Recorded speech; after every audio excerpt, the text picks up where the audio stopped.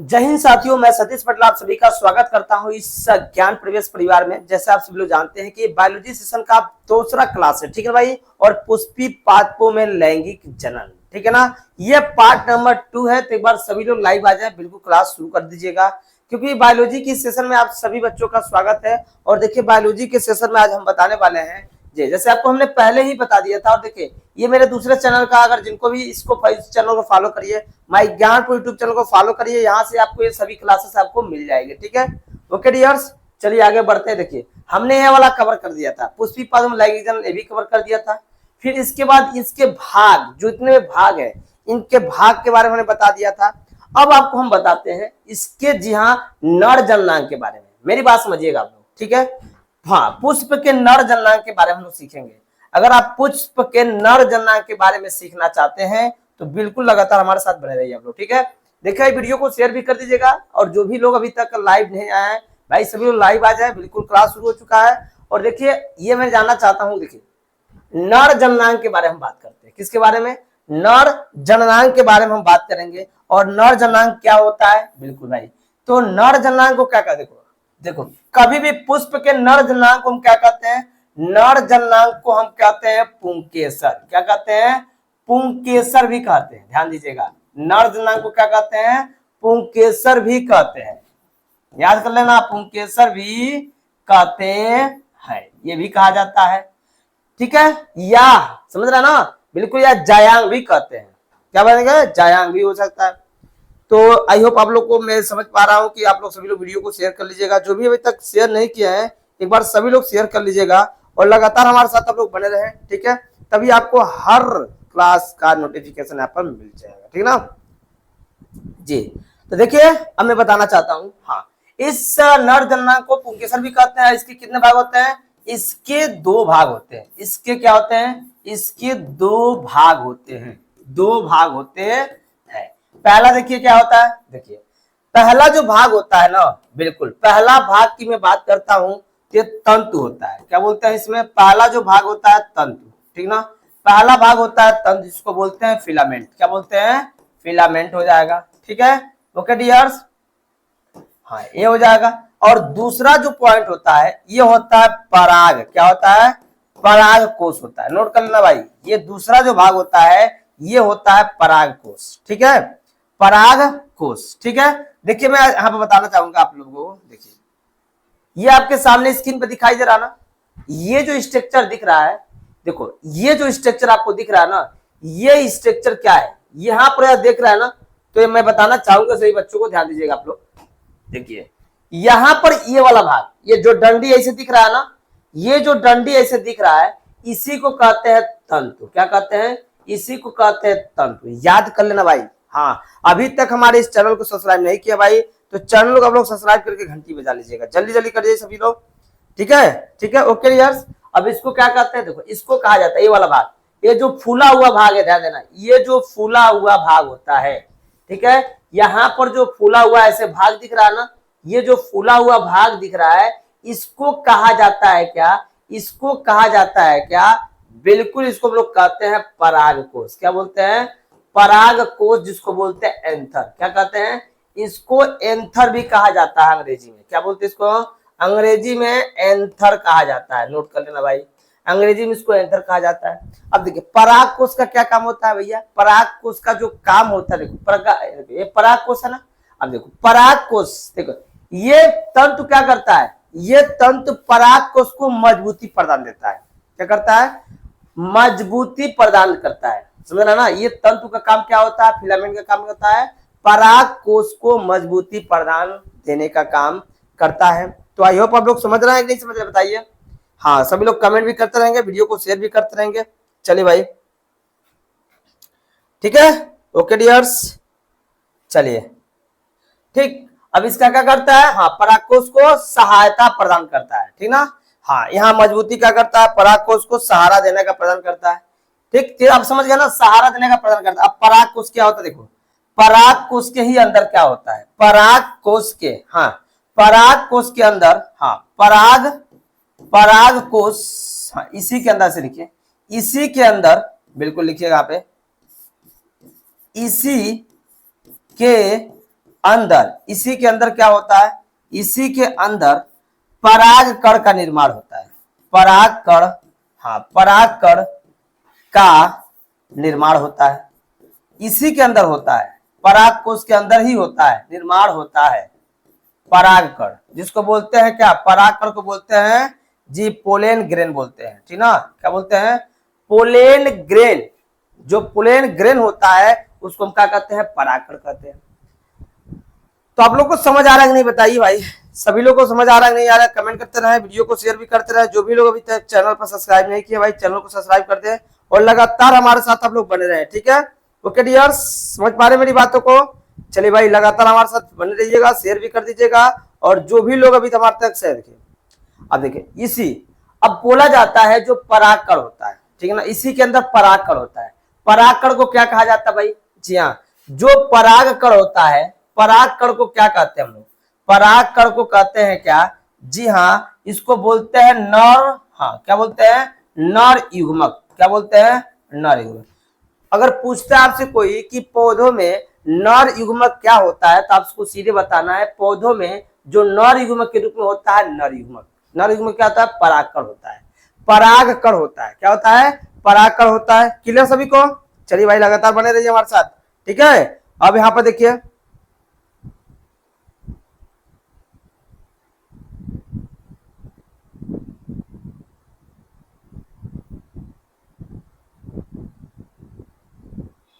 ठीक है, तो आगे बढ़ते हैं। देखिए इसका हम आगे पढ़ें, इसको नोट करिए जल्दी से, शॉर्ट स्किल लीजिए, आगे बढ़े, शॉर्ट स्किल लीजिए, हम आगे बढ़ रहे हैं, ठीक है।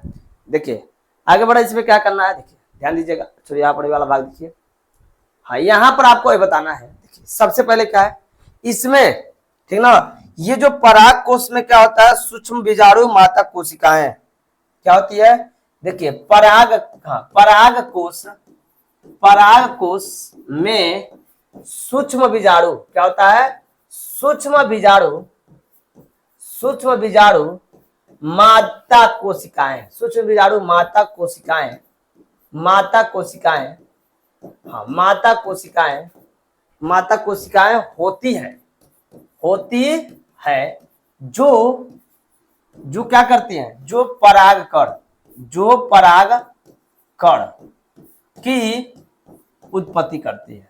उत्पत्ति अगर पूछता आपसे कोई, उत्पत्ति कौन करता है, तो आपको हाँ उत्पत्ति, हाँ उत्पत्ति करती है, उत्पत्ति करता है, करता है। अगर आपसे कोई पूछता है कि बताइए पराग कोश में परागकण का हाँ उत्पत्ति कैसे होता था, आपको बताना है पराग कोश के अंदर होता है क्या, माता, हाँ माता कोशिकाएं, ठीक है, माता कोशिकाएं होती है। और माता कोशिका क्या बनाती है, जी हाँ परागकण को बनाती है, क्या बनाती है, परागकण को बनाती है। तो भाई डियर आप लोग समझ आ रहे हैं नहीं, बताइए सभी को समझ आ रहा है कि नहीं, बताए। हाँ प्रत्येक परागकण में 2 कोशिकाएं वाला होता है, ठीक ना।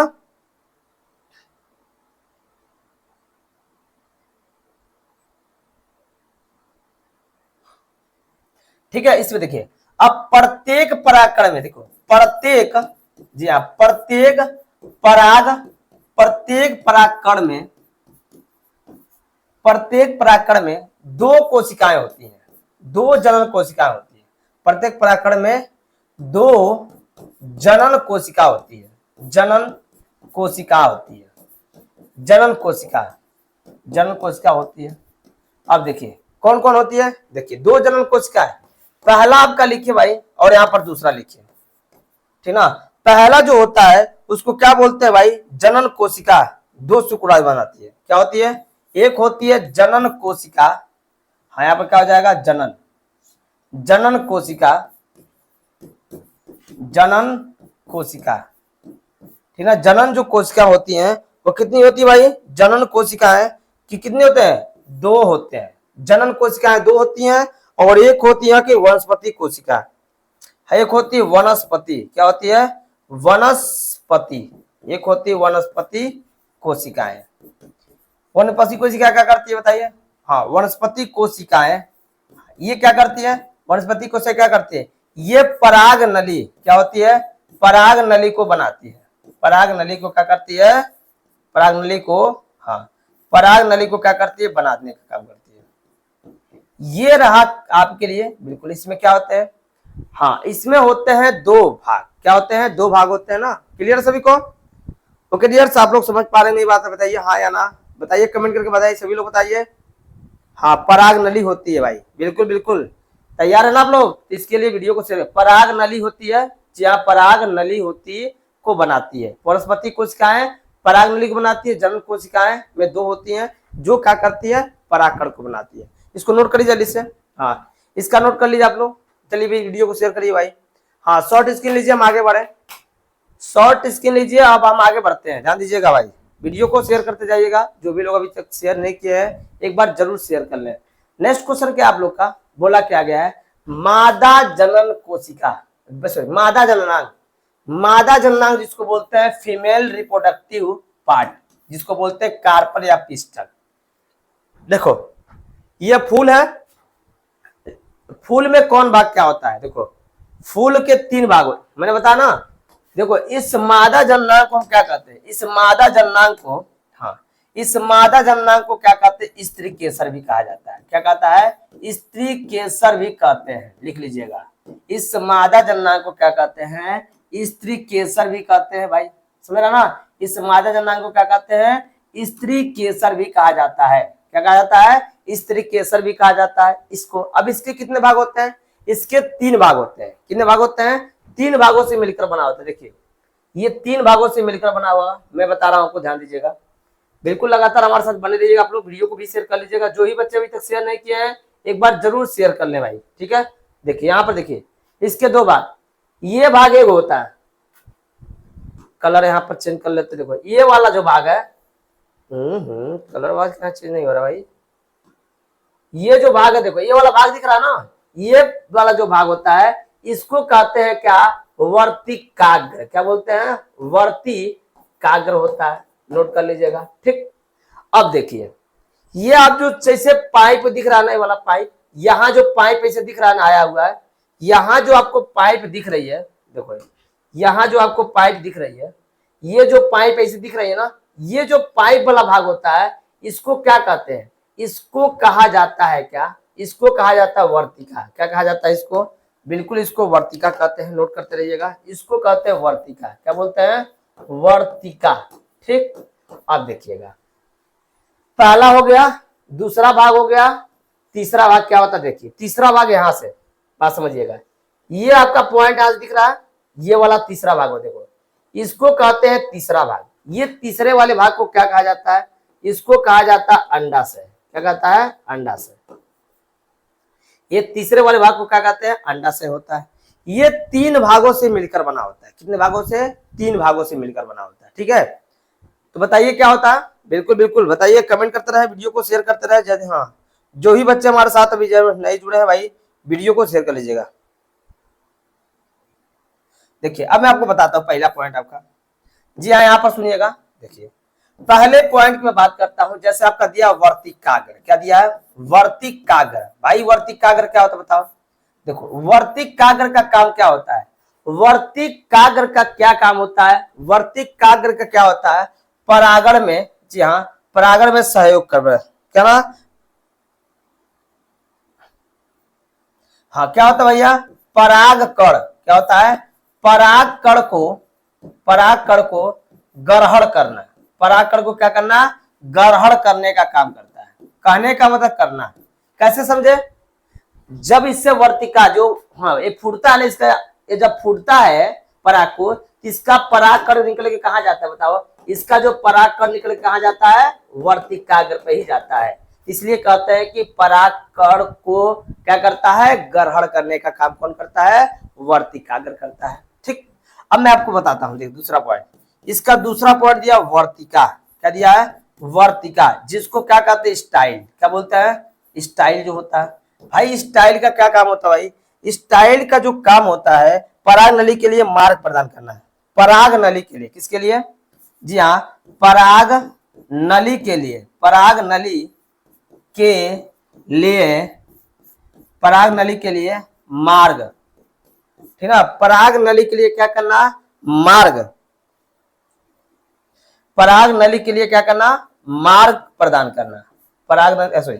पराग नली के लिए मार्ग प्रदान करना, समझ रहा ना? यानी सीधी सी बात होती है, यानी पराग नली, देखिए पराग नली के लिए जो होता है मार्ग प्रदान करना, यानी जो पराग नली होती है, तो पराग नली के जो मार्ग है ना, पराग नली के लिए मार्ग देना, ये दिया ना। देखो कहने के बाद सीधी बात ये जो आपका परागकण होता है ना, ये परागकण क्या करता है, आता है ना, तो परागकण कैसे आएगा बताओ, ये परागकण पराग, हाँ इसी वर्तिकाग्र के सहायता से आती है। कहाँ पे आती है, ये आती है कहाँ पे, अंडाशय वाले भाग में। कहाँ आती है, अंडाशय वाले भाग में। अब देखिए अगला पॉइंट सुनिएगा। हाँ अगला पॉइंट में बताना चाहूंगा, अंडाशय की मैं बात करता हूँ, ध्यान दीजिएगा। अब अंडाशय की मैं बात करता हूँ, ध्यान दीजिएगा। अंडाशय, ठीक है ना, अंडाशय की मैं बात करता हूँ। क्या होता है अंडाशय, जी वीडियो शेयर कर लीजिएगा। अंडाशय, अंडाशय क्या होता है बताइए जी। अंडाशय कर, इसमें क्या होते हैं, इसमें, हाँ इसमें क्या होता है भाई, इसमें क्या होते हैं, इसमें बीजांड, क्या होता है इसमें, बीजांड, इसमें बीजांड, हाँ इसमें बीजांड होते हैं, इसमें क्या होते हैं, बीजांड होते हैं। और बीजांड क्या करता है भाई, बीज का निर्माण करते नहीं, बताइए हाँ या ना। इसमें क्या होते हैं, बीजांड होते हैं। चलिए भाई अब मैं आपको बताता हूं भाई क्या है, ध्यान दीजिएगा, वीडियो को शेयर करते रहिएगा। और जो भी भाई अभी तक शेयर नहीं किए हैं एक बार शेयर कर लीजिएगा, ठीक है। और देखिए भाई इस नए चैनल पे, इसका ज्ञान परिवेश पे आपको स्पेशल बायोलॉजी की क्लास चलाई जा रहा है, क्लास 12 के लिए। बिल्कुल चाहे बिहार के बच्चे हो, चाहे यूपी के बच्चे हो, कहीं के बच्चे हो, बिल्कुल इसका आप क्लास का आनंद ले सकते हैं। बिल्कुल एकदम स्पेशल क्लास शुरू से किया जा रहा है, बेसिक लेवल से किया जा रहा है। तो मैं चाहता हूँ कि जितने भी बच्चे अभी तक तैयारी नहीं किए हैं बायोलॉजी का, वो मेरे साथ आ जाए। बिल्कुल जबरदस्त तैयारी उनकी हो रही है, ठीक है भाई। तो तैयार है ना, तो चलिए भाई आगे चलते हैं नेक्स्ट पर। देखिए आगे पॉइंट, सुनिए ये आपका है। हाँ अगला जो पॉइंट है, हाँ बीजांड की संरचना दिया ना, यहाँ बीजांड की संरचना कैसे होती है। तो चलिए भाई हम बीजांड के संरचना के बारे में बात करते हैं। तो बीजांड के संरचना के बारे में हम बात करते हैं, तो सबसे पहले क्या होता है, देखिए इसकी जो संरचना होती है, ध्यान दीजिएगा, इसकी जो संरचना, बीजांड की जो संरचना होती है, इसमें क्या होते हैं, देखिए इसमें क्या होता है भाई, हाँ बिल्कुल यहाँ पर लिख लीजिएगा, वीडियो को शेयर कर लीजिएगा। हाँ बीज, इसमें क्या होता है, न्यू सेल्स, क्या होता है, न्यू सेल्स, न्यू सेल्स होते हैं। और क्या बताइए, न्यू सेल्स होता है भाई, वीडियो को शेयर करिएगा। आवरण गर्भाकोश, क्या होता है, न्यू सेल्स, आवरण,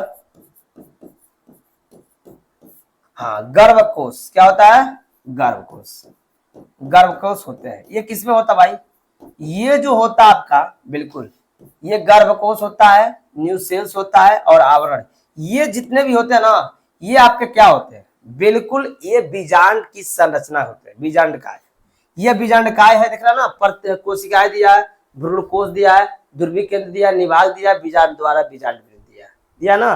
बताइए हाँ या ना, कमेंट भी करते रहे, वीडियो को शेयर करते रहे, और लगातार हमारे साथ बने भी रहेंगे सभी लोग, ठीक ना।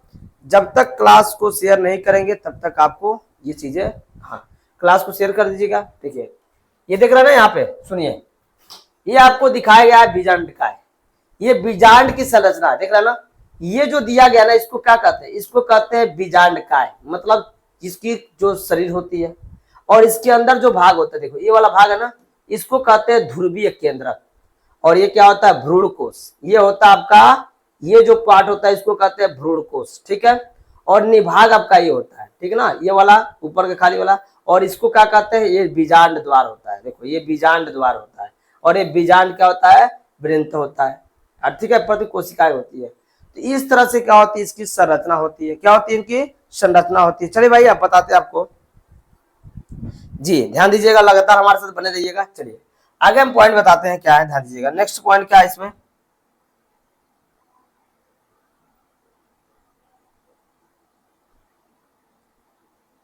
हाँ इसमें देखिए बीजांड क्या होता है, जी हाँ बीजांड में अंडाणु क्या होता है, बीजांड, बीजांड में, बीजांड में मादा कोशिकाएं, बीजांड में क्या होती है, मादा कोशिकाएं, बीजांड में क्या करती है, मादा कोशिकाएं, ठीक ना, से मियोसिस होकर, मादा कोशिकाएं से मियोसिस क्या होता है, जी हाँ मियोसिस, मियोसिस होकर मियोसिस होकर 4 हैप्लाइड क्या बनते हैं? 4 हैप्लाइड बीजाणु क्या बनते हैं? 4 हैप्लाइड 4 हैप्लाइड बीजाणु का निर्माण होता है। बीजाणु का निर्माण होता है, ठीक ना। इससे क्या होता है? 4 हैप्लाइड बीजाणु का 4 हैप्लाइड बीजाणु बनते कर लीजिए आप, लिख लीजिएगा बनते हैं, या लिख लीजिएगा बनते हैं, ठीक है। आगे क्लियर देखिए। हाँ, तो बीजांड में आपका हो जाएगा, बीजांड में जो माता कोशिका में मियोसिस होकर क्या होती है? 4 हैप्लाइड क्या करती है? बीजाणु बनाती है, ठीक है। इनमें से केवल एक जीवित रहता है, बाकी 3 नष्ट हो जाते हैं। देखो इनमें से क्या होता है, देखो इनमें से केवल एक जीवित होता है, केवल एक जीवित होता है, बाकी क्या होते हैं? जी हाँ, बाकी नष्ट हो जाते हैं। बाकी क्या होते हैं? बाकी 3 का होते हैं, बाकी 3 आपके नष्ट हो जाते हैं, बाकी 3 नष्ट हो जाते हैं, ठीक ना। एक जीवित होता है, बाकी 3 नष्ट हो जाते हैं। 4 हैप्लाइड में, ठीक ना, एक हैप्लाइड क्या होता है? जिंदा होता है, बाकी 4 हैप्लाइड क्या होते? 3 हैप्लाइड क्या होते हैं? मर जाते हैं, ठीक है। समझ पा रहे हैं मेरी बातों को? हाँ, एक बार जल्दी इसका शॉर्ट स्क्रीन लीजिए, हम आगे बढ़े।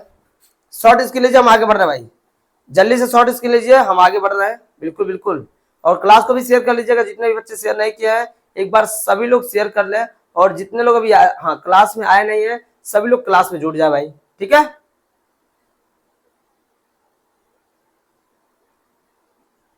ठीक, अब देखिए जो इसमें जीवित होता है क्या होता है? देखिएगा अभी यहां पर क्या हो जाएगा? गर्भकोश। गर्भकोश की संरचना, तो गर्भकोश की संरचना कैसे होती है बताइए? जो गर्भकोश होती है उसकी संरचना क्या होती है? देखिए पहले इसको देख लीजिए, हाँ पहले इसको नोट कर लीजिए आप लोग, ठीक है। यहां पर जो जीवित, ठीक ना, जीवित हैप्लाइड से क्या बनता है? गर्भकोश बनता है, ठीक है। ये आपका हो जाता है गर्भकोश बनता है। जीवित हैप्लाइड से क्या होता है? गर्भकोश बनता है। अब आपको बताते हैं गर्भकोश की संरचना। गर्भकोश की संरचना भाई देखिएगा, वीडियो को शेयर करते रहिएगा। जो भी बच्चे हमारे साथ अभी जुड़े नहीं है और शेयर नहीं किए हैं एक बार जरूर शेयर कर दे, और चैनल को सब्सक्राइब कर दे जो भी बच्चे हैं, ठीक ना। ठीक है, देखिए भाई मैं बताता हूं गर्भकोशिका में क्या होती है। गर्भकोशिका जो होती है इसमें क्या होती है? इसमें 7 क्या होती हैं? कोशिकाएं। 7 कोशिकाएं, 7 क्या होती है? बिल्कुल कोशिकाएं होती है, नोट कर लीजिएगा। 7 कोशिकाएं और 8 नाभिक, और क्या होती है? 8, जी हाँ नाभिक। 8 क्या होता है? बिल्कुल यहां पर नोट कर लीजिएगा, 8 नाभिक होते हैं। क्या होता है? 8 नाभिक होते हैं। ये होता है किसमें? गर्भकोश में। इसमें 7 कोशिकाएं और 8 नाभिक होते हैं, ठीक। यहां पर देखिए मैं बता रहा हूं आपको, देखिए आपको आकृति दिखाएगा ना, देखो यहां पर जो आपकी निभाग दिया, ये निभाग दिया ना, ये निभाग होते हैं कि 8 होते हैं, और यहाँ पर क्या कोशिकाएं कितनी होती है? इनकी 7 होती है, ठीक है। ये आपका हो जाएगा जी। अगला पॉइंट मैं बताता हूं आपको, नोट करते रहिएगा, वीडियो को शेयर करते रहिएगा, ठीक है।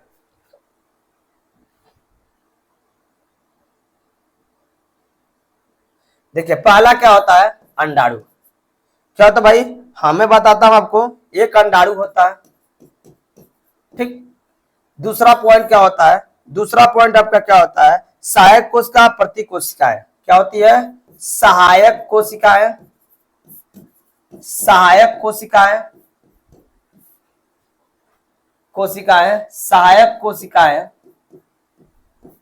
सहायक कोशिकाएं। तीसरा क्या होता है? प्रतिकोशिकाएं,